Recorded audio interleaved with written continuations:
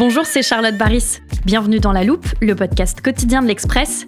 Allez, venez, on va écouter l'info de plus près.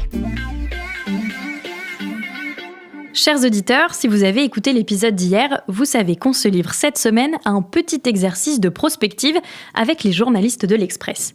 Hier, avec Alexandra Saviana du service Société, on a élaboré plusieurs scénarios catastrophes pour la défense française. Leur point commun, ils font tous intervenir le même ennemi, la Russie. Alors si vous n'avez pas écouté cet épisode, je vous invite à mettre celui-ci en pause, à remonter le fil sur votre plateforme d'écoute et à revenir dans quelques minutes. Aujourd'hui, on a décidé de poursuivre cet exercice avec un sujet nettement moins géopolitique, mais qui préoccupe les experts depuis bien longtemps. Je bois devant vous un verre d'eau précieuse, puisque avant la fin du siècle, si nous continuons un tel débordement, elle manquera. En quelques minutes, la mer a gagné la bataille des digues. Ces digues élevées au prix de tant d'années d'efforts. La sécheresse est en effet devenue une calamité. Ce peut être demain un désastre. Vous l'avez compris, notre sujet du jour, c'est l'eau. Comment on y accède, comment on l'utilise au quotidien, son potentiel destructeur aussi. Et pour cela, on a fait appel à deux journalistes de la rubrique Climat de l'Express. Ils vont nous montrer à quel point les risques sont nombreux et appellent à des réponses très différentes dès aujourd'hui.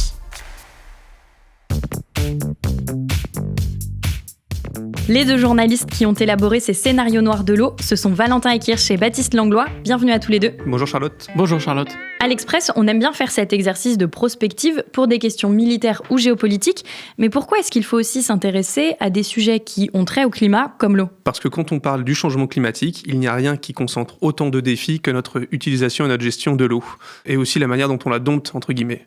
On sait aussi à quel point c'est une ressource vitale. Quand on s'intéresse à l'eau, on peut construire des dizaines de scénarios catastrophes, et ça rend l'exercice passionnant. En tout, vous avez donc dessiné 6 scénarios. Comment vous les avez choisis ? En fait, on a échangé avec des dizaines d'experts et on s'est surtout appuyé sur des documents qui ont déjà été produits, en fait, sur de nombreux rapports ou sur des documents qui sont censés préparer les communes, les agglomérations à différents scénarios catastrophes.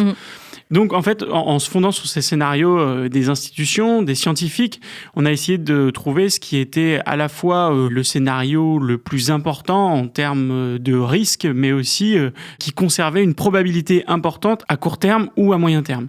Que l'on s'entende bien, ce que l'on a voulu faire, ce n'est pas de la prédiction, c'est de l'étude de probabilité. Le but, c'est pas de faire peur à nos lecteurs ou à nos auditeurs, mais c'est de regarder le plus objectivement possible si on est prêt à faire face à ces situations ou pas. Dans cette enquête, vous citez aussi de nombreux chiffres. D'où ils proviennent ? Eh bien, ces chiffres, en fait, il faut expliquer que ce ne sont jamais des chiffres complètement sortis du chapeau. C'est des chiffres qu'on peut souvent retrouver dans les rapports parlementaires, dans les productions académiques. Souvent, on a pris des phénomènes extrêmes que l'on a observés, on a regardé leurs conséquences, et puis on a essayé de comprendre ce qui se passerait si on poussait un peu plus les curseurs en allant vers des phénomènes encore plus extrêmes. C'est là où on fait ces petites projections. Des projections, c'est justement ce que font les experts du GIEC, dont on entend souvent parler. Est-ce que c'est un travail similaire que vous avez mené ? Alors, pas tout à fait. En fait, le GIEC produit des trajectoires à 30, 40 ou 50 ans. Nous, on a voulu réfléchir au très court terme, donc d'ici 2030, et 2030, c'est demain. Et donc, il y a tout un tas de phénomènes qui semblaient complètement irréels il y a quelques années et qui sont aujourd'hui plus que probables. Et ce qui est intéressant, Charlotte, c'est que finalement, sur un territoire qui n'est pas si étendu que ça, comme celui de la France, eh bien, on concentre des défis qui sont tout à fait différents. Pour mieux nous y retrouver, on t'a d'ailleurs rapporté une carte. Tiens, tu m'aides à la déplier ? Bien sûr, je te fais de la place juste ici. Voilà, merci. Et là, tu vois, Charlotte, entre le nord et le sud de la France, entre les régions montagneuses ou insulaires, entre les littoraux et les fleuves, chaque espace a ses propres défis liés à l'eau. Alors, par où on commence ? Alors, on a distingué 2 types de scénarios, ceux qui risquent de devenir récurrents à cause du changement climatique et ceux qui semblent plus ponctuels, dus à un phénomène météorologique. Donc, je te propose qu'on commence par les premiers, et pour ça, je t'emmène dans la partie sud de la France.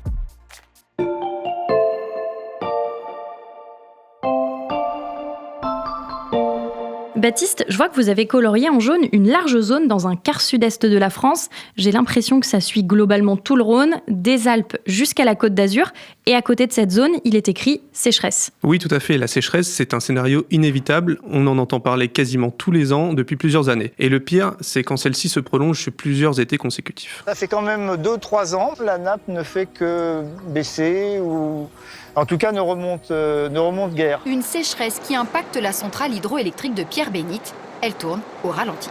Ça fait 3 années de suite qu'on subit des étés trop secs. C'est plus en plus compliqué de cultiver. Donc laisse-moi te décrire le scénario qu'on a élaboré. Été 2029, 4 ans que le sud de la France connaît des hivers doux et des étés très secs. La sécheresse frappe tout le bassin du Rhône, c'est-à-dire toute la région irriguée par le fleuve, les zones qu'il traverse directement, ainsi que celles traversées par ses affluents, l'Ardèche, la Drôme, le Gard. L'eau est moins abondante, donc il faut redéfinir et réfléchir aux conditions du partage de l'eau. C'est compliqué car tout le bassin dépend directement du fleuve. Tu as des exemples d'activités qui en dépendent ? Oui, il y a tout un tas d'activités. Certaines sont évidentes comme l'agriculture ou la navigation et le transport de marchandises sur le fleuve. Il y a aussi l'industrie. Et d'autres peut-être un peu moins connues, par exemple la production d'électricité. Il y a en tout 14 réacteurs nucléaires qui dépendent du Rhône pour leur refroidissement. Donc c'est environ 20% de la production d'électricité nationale. Et le fleuve est aussi équipé d'une vingtaine de barrages et de centrales électriques. Donc à cause de la sécheresse prolongée de l'été 2029 dans notre scénario, tous ces systèmes tournent au ralenti. Et pourquoi ça ? On a imaginé que la production des barrages chute de 40% au cœur de l'été. Donc on a été obligé d'arrêter certains réacteurs nucléaires car le niveau du Rhône est bas, le fleuve se réchauffe et donc les rejets des eaux de refroidissement des centrales risquent de réchauffer encore plus le Rhône, ce qui veut dire une mise en danger pour la biodiversité. Donc dans ces cas-là, on arrête les réacteurs. Donc là, on a imaginé qu'il y avait une chute brutale de près de 2% de la production nationale d'électricité au plus fort de l'été. Et dans votre hypothèse, qu'en est-il des agriculteurs du bassin rhodanien ? Alors eux, ils seraient face à des mesures de restriction inédites. Donc on les rationne, à commencer par ceux qui puissent directement dans les nappes phréatiques. C'est toujours les plus exposés et c'est ceux qui ont déjà eu des restrictions à l'été 2022 par exemple. Les exploitations qui longent la Drôme et la Durance sont particulièrement vulnérables. Dans ce cas-là, on imagine un niveau faible du débit du Rhône. Donc ceci entraîne une importante remontée d'eau de mer ici, en Camargue, au Sainte-Marie-de-la-Mer, c'est-à-dire à peu près 3000 habitants toute l'année et 40 000 en été. L'eau du robinet devient beaucoup trop salée, donc ça veut dire qu'elle n'est plus buvable. Donc ravitaillement de la ville en camion-citerne pendant une période record. Ce scénario, il n'est pas compliqué à imaginer parce qu'il a déjà eu lieu pendant quelques jours, pendant des étés très secs. Donc dans notre scénario, on imagine qu'il pourrait s'aggraver et durer plus longtemps. Ça, c'est donc le premier scénario potentiellement récurrent que vous avez élaboré. Est-ce qu'il y en a d'autres ? Bien oui, Charlotte, en fait, il y en a un deuxième et lui, il est complètement différent. Cette fois, je t'emmène à l'autre bout du pays, dans le nord de la France. Et plus particulièrement, là, ici, dans cette petite zone en bleu. En fait, cette petite zone, c'est l'arrière-pays de Dunkerque et de Boulogne-sur-Mer. On en a beaucoup entendu parler l'automne et l'hiver dernier. Faisons le point sur ces gigantesques inondations qui frappent le Pas-de-Calais. Dans certaines maisons, l'eau est montée à plus d'1,50 m. Nous suivons les pompiers de la brigade fluviale depuis maintenant plus de 3 heures et les appels se font de plus en plus nombreux. Donc c'est ça qui se passe. Chaque fois qu'il pleut, tac, tac, tac, tac. L'angoisse. Notre scénario, c'est en 2026 qu'il a lieu. En fait, là, on a estimé qu'il pouvait y avoir plusieurs semaines de pluie quasiment non-stop sur la région. En un mois, on a choisi de déterminer dans notre scénario qu'il était tombé plus de 250 mm de précipitations. Eh bien ça, ce serait un record, pire encore qu'en 2023. Et là, on se rend compte qu'il y a un large espace qui est touché par ces inondations. Donc cet espace qui va de Calais à Dunkerque, sur la côte, et jusqu'à Saint-Omer dans les terres, c'est une région de polders. Tu sais, ces polders, ce sont ces étendues de terre qui sont situées sous le niveau de la mer et qui sont protégées au moyen de digues ou d'ensablements. Et donc ici, c'est un territoire qui est assez plat et il y a des cuvettes par endroits, mais en fait, il se trouve donc à peine au niveau de la mer, si ce n'est en dessous. Et bien forcément, cette particularité géographique, ça rend cet espace vulnérable aux inondations. Et on l'a vu d'ailleurs cette année avec des niveaux de précipitation qui étaient tout à fait inédits. Mais Valentin, dans ton scénario, j'imagine qu'en 3 ans, on a appris des leçons des inondations qui ont frappé le Pas-de-Calais il y a quelques mois. Oui, d'une certaine manière. En fait, ça passe par plusieurs choses, notamment l'entretien des vatringues. Les vatringues, c'est un terme en fait extrêmement local qui désigne ce réseau de vannes, de pompes et de canaux qui permettent justement d'évacuer par phénomène gravitationnaire, cette eau depuis le polder jusqu'à la mer. Et mais là, dans notre scénario, et c'est un peu ce qui s'est passé en 2023, et on va, comme je disais tout à l'heure, pousser un peu les curseurs, eh bien, ça ne suffit plus. En temps normal, on ferme les vannes à marée haute pour éviter que la mer ne rentre, et puis on les ouvre à marée basse pour permettre l'évacuation de l'eau par ce fameux phénomène gravitaire. Et dans notre scénario, eh bien, il y a trop d'eau. Les pluies qui se sont accumulées ont détrempé les sols. L'eau ne s'évacue pas, elle ressurgit même parfois par endroits des nappes phréatiques qui sont affleurantes. Et donc tout ça rend la situation extrêmement compliquée. L'eau monte dans les villages. Le bilan, c'est que plus de 400 communes sont déclarées en état de catastrophe naturelle. Qu'est-ce que ça implique, ce statut de catastrophe naturelle ? Eh bien, ça signifie que les habitants sont éligibles à des dédommagements de la part des assureurs. La facture des assureurs, eh bien, à ce moment-là, elle explose. Elle cumule presque 1 milliard d'euros. En comparaison, l'année 2023 eh bien, avait vu un cumul des dommages des catastrophes naturelles qui s'élevait à 6,5 milliards d'euros. Et dans ce cas de figure, eh bien, 2026 fait exploser les compteurs. Alors, est-ce qu'il y a un moyen d'empêcher ça, Valentin ? Eh bien, il y a des moyens d'empêcher ça, oui, et en réalité, ils sont déjà mis en œuvre. En fait, il est possible de construire des digues ou de renforcer les digues existantes. Et là, il y a eu un gros travail qui a été fait. Les villes côtières sont bien armées. Il y a un travail de réensablement, par exemple, de la baie de Dunkerque qui a été mené aussi pour essayer de pousser la mer le plus loin possible. Et là, si une tempête venait s'ajouter à ces précipitations records, les digues ne devraient pas céder dans le scénario qu'on a estimé. L'autre solution serait de rendre ces espaces inhabitables ou au moins inconstructibles et de pousser les gens à déménager. Mais ça, évidemment, c'est compliqué à mettre en place. Ça repose sur des questions d'acceptabilité qui ne sont pas encore tranchées. Et puis, surtout, c'est un grand bassin de vie. L'épisode de 2023 était majeur. Et ce que l'on souhaite expliquer, c'est qu'il faut faire attention, car s'il devient récurrent, les niveaux de fragilité que l'on a observés dernièrement seront renforcés. Des scénarios où le changement climatique pourrait provoquer des catastrophes régulières, mais vous allez l'entendre, l'eau pourrait également jouer un rôle dans des épisodes catastrophiques plus ponctuels, mais pas moins désastreux.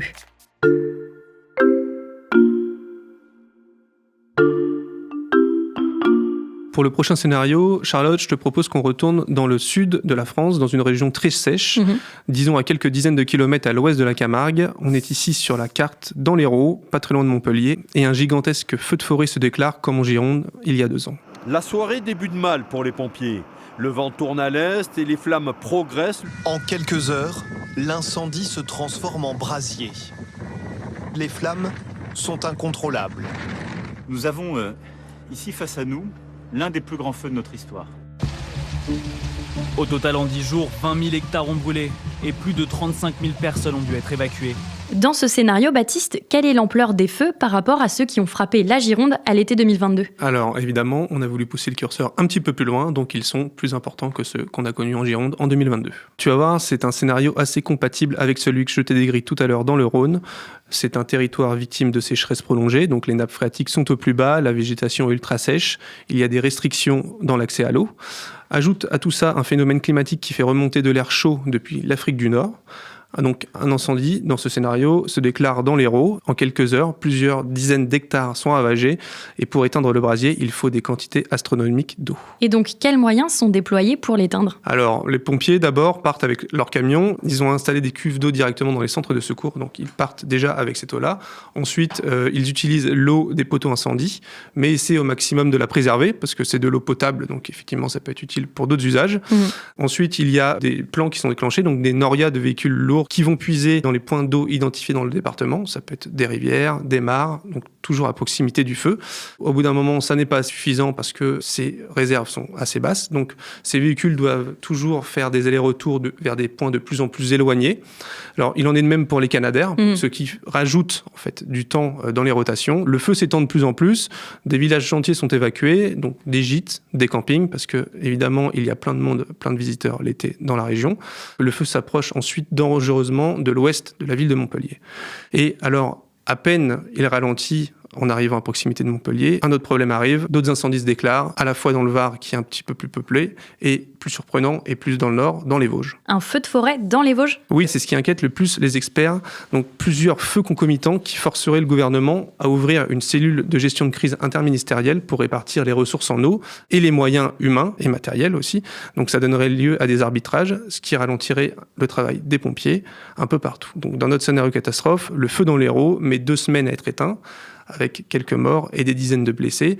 Encore une fois, c'est des estimations que l'on a pu reprendre à partir de rapports sénatoriaux sur les précédents incendies qui ont eu lieu en France. L'irruption de plusieurs méga-feux de forêt en plein été, c'est un scénario catastrophe qui s'est déjà vu, notamment au Canada ou en Australie. Oui, et puis il y a un dernier scénario que j'aimerais évoquer avec toi, Charlotte, et lui aussi on l'a déjà vu. Mais en fait, c'était à la fin du 19e siècle, et beaucoup de gens l'ont oublié, ou n'ont peut-être jamais entendu parler de ce scénario, sauf qu'il pourrait se reproduire, et même peut-être à court terme. Alors, sur notre carte, tu nous emmènes où, Valentin ? Eh bien, on va en Haute-Savoie, plus exactement sur le glacier de Tête-Rousse, au-dessus de la vallée de Saint-Gervais, où en 1892, un glacier a littéralement éclaté. Il n'est pas encore 1h du matin quand une énorme détonation réveille les habitants de Saint-Gervais. Tout bouge. Les murs, les lits, le plafond. Une poche de 80 000 mètres cubes d'eau éclate et inonde la commune de Saint-Gervais.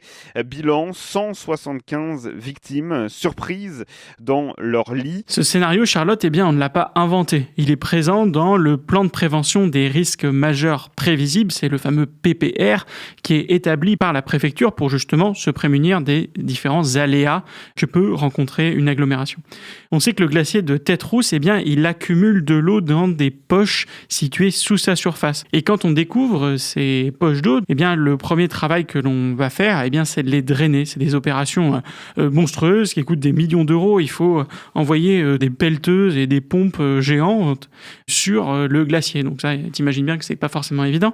Dans notre scénario, je me suis intéressé justement à la découverte en 2024 d'une nouvelle poche d'eau qui est située un petit peu plus en hauteur sur le glacier, difficilement accessible. Et donc, j'ai estimé qu'elle pouvait être éventuellement un peu moins bien surveillée et qu'elle éclate dans la nuit. Et là, en fait, ce que l'on anticipe, c'est un scénario similaire à celui de la catastrophe de 1892. En quelques minutes, une énorme coulée de glace, d'eau, d'arbres, emportant tout sur son passage, on appelle même cela une lave torrentielle, dévale la vallée, gagne la rivière située en contrebas et déboule sur le village de Saint-Gervais et les premières maisons de ce village. Et cette fois-ci, Valentin, quelles sont les conséquences humaines ? Les conséquences sont terriblement importante, puisque depuis la fin du 19e siècle, la vallée s'est fortement urbanisée. Des maisons ont été construites à côté des cours d'eau, et quand cette coulée de glace arrive, elle est trop rapide pour permettre à tout le monde d'évacuer.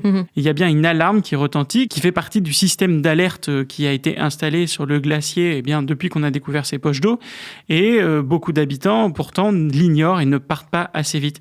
Et ils se retrouvent emportés. Dans ce scénario, comment on aurait pu éviter toutes ces pertes humaines ? C'est un petit peu ce qui est fait aujourd'hui. Il y a surtout ce travail de vider la poche le plus tôt possible pour éviter la catastrophe. Évidemment, c'est aussi en communiquant auprès de la population sur les dangers que représente ce glacier. Et il faut que les collectivités locales s'y attellent. Et surtout, ce que l'on voit, c'est que les systèmes qui permettent d'anticiper ces aléas demandent une surveillance continue, des investissements réguliers pour maintenir ces systèmes d'alerte et maintenir ces niveaux de protection suffisamment hauts. Et donc, il faut que ces investissements-là perdurent. Ce que l'on a vu aussi, c'est que quand ils s'affaissent, quand les investissements baissent, les niveaux de protection ne sont pas suffisants et le risque est grandi. Et donc tout ça, ça peut sembler lointain et peut-être trop imaginaire, mais ce sont tous des scénarios probables. Anticiper des scénarios catastrophes liés à une ressource déjà très en tension. Merci à tous les deux pour vos explications. À bientôt Charlotte. Merci Charlotte. Valentin Ekirch et Baptiste Langlois, vous êtes tous les deux journalistes à la rubrique Climat de l'Express. J'ajoute que nos auditeurs peuvent retrouver 2 autres scénarios sur le site du magazine. Ils sont signés Alexandra Saviana et ils dépeignent une crue centenale à Paris et une tempête majeure à La Réunion. Alors profitez de l'abonnement numérique, actuellement au prix d'€1 le premier mois. Et vous connaissez la formule, pour ne rater aucun des prochains épisodes de La Loupe, il suffit de nous suivre sur votre plateforme d'écoute habituelle, Podmust, Spotify ou Deezer par exemple. Cet épisode a été écrit par Mathias Pengili, monté par Milena Rossi, réalisé par Sébastien Salis et Jules Cros. Retrouvez-nous demain pour passer un de vos sujets à La Loupe.